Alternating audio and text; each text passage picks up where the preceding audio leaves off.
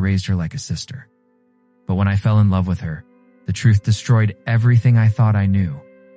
I never imagined the girl I once carried in my arms as a baby would one day be the woman who'd break me open, not with betrayal, but with a truth we were both never meant to know. I was 17 when Mom brought home a newborn wrapped in a hospital blanket and said her mom couldn't keep her. We'll look after her until the papers go through. We named her Isla, and she was mine from the moment she first grabbed my thumb. She grew up chasing me around our garden in Wiltshire, playing knights and castles, and even when I went off to university in Leeds. I always called her Squirt and sent postcards from every city I visited. To me, she was my sister, cheeky, sharp, and brave, even when I wasn't technically her brother. The adoption was formalized when I was 21, and she was 4. I signed the papers as the eldest son of the household, never knowing the weight of what I was signing. Years passed. Mom and Dad died within 6 months of each other. A car crash on the A34 that left Isla and me clinging to each other for life. She was 18 by then, a woman in her own right, but still my little sister. Or so I thought. When grief turned to quiet late-night conversations and wine and memories, I told myself it was just closeness. But one night she put her hand over mine and didn't move it. I didn't pull away. We kissed in the kitchen once, hesitantly. Then again with all the years of closeness, snapping into something dangerously electric. I spent weeks punishing myself, avoiding her eyes, telling myself it was grief, confusion, trauma. But she whispered my name one night and said, "What if this isn't wrong?" That's when I found the letter. Buried in a shoebox beneath Mom's knitting in the loft, yellowed and sealed with old tape from Isla's real mother.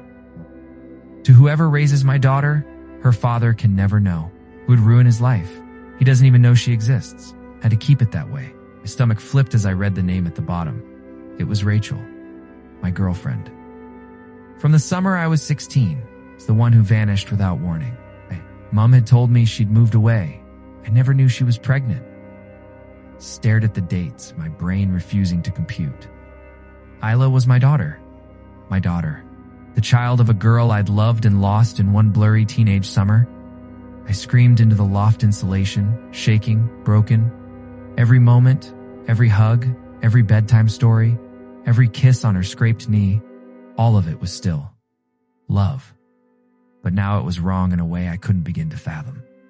Isla was downstairs making tea, texting me like nothing had happened, and I was upstairs unraveling my own soul. I sat her down that night and told her everything. I watched the light die in her eyes as I handed her the letter. Da. She read it in silence, her fingers trembling. "So I'm your daughter?" She whispered, "And you didn't know?" I nodded, tears rolling down my face. I never would have let this happen if I had. I thought we were, but I couldn't even finish the sentence. She backed away like I was poison. That night, she packed a bag, and I never saw her again. I tried to trace her through social services, old uni friends, anyone, but she vanished. A year later, I received a parcel with no return address inside. It was the ring I once gave her, the necklace Mom left her, and a note that simply said, "I forgive you. But I need to disappear to become whole again." I haven't loved anyone since. I can't. Every time I close my eyes, I still hear her say, "What if this isn't wrong?"